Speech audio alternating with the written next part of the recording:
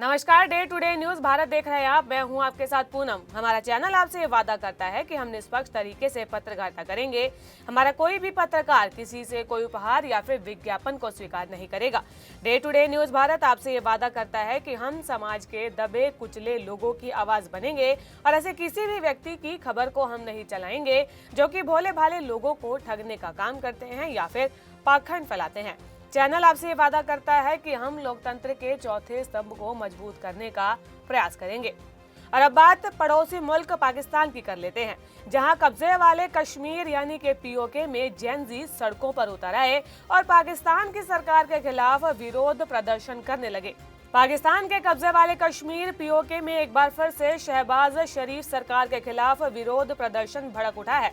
नेपाल की तरह अब पीओके में भी आंदोलन की कमान जेनजी ने संभाल ली है।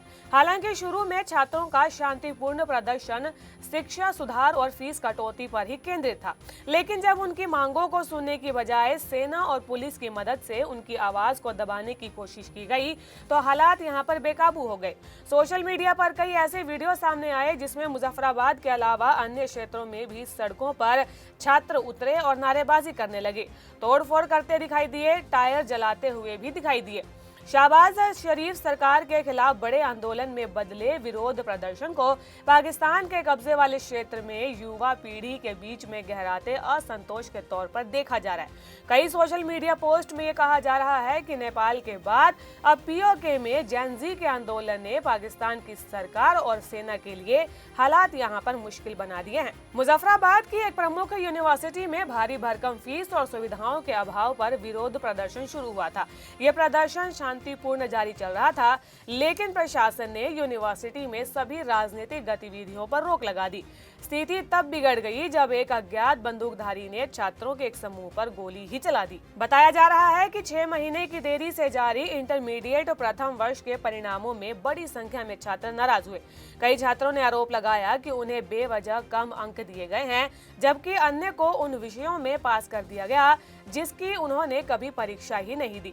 हालांकि इसकी जांच के लिए एक टीम गठित कर दी गई, लेकिन छात्र तब और आक्रोशित हो गए जब सरकार की तरफ से कॉपी की दोबारा जांच के लिए 1500 रुपए की फीस लगा दी गई। छात्रों की पहले नाराजगी सिर्फ बदहाल शिक्षा व्यवस्था को लेकर थी, लेकिन धीरे धीरे इसमें जर्जर इंफ्रास्ट्रक्चर, खराब स्वास्थ्य सेवाएं और परिवहन की कमी जैसे मुद्दे भी जुड़ते चले गए।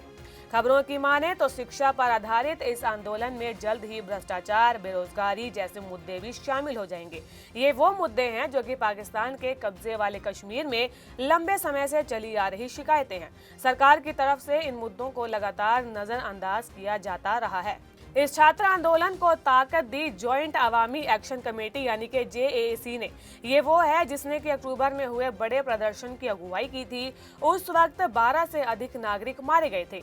जेएसी ने 30 मांगों वाला चार्टर पेश किया था, जिसमें कि टैक्स से राहत, आटे बिजली पर सब्सिडी और अधूरे विकास कार्यों को पूरा करने की मांग उस समय शामिल की गई थी। सरकार ने आंदोलन को दबाने के लिए गोलीबारी का सहारा लिया, जिससे कि लोगों का गुस्सा और भी ज्यादा भड़क उठा। पूरा पीओके ठप कर दिया गया।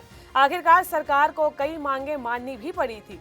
पीओके का यह आंदोलन खास इसलिए भी है क्योंकि इसे पारंपरिक राजनीतिक दलों ने नहीं बल्कि जेनजी ने संभाला है।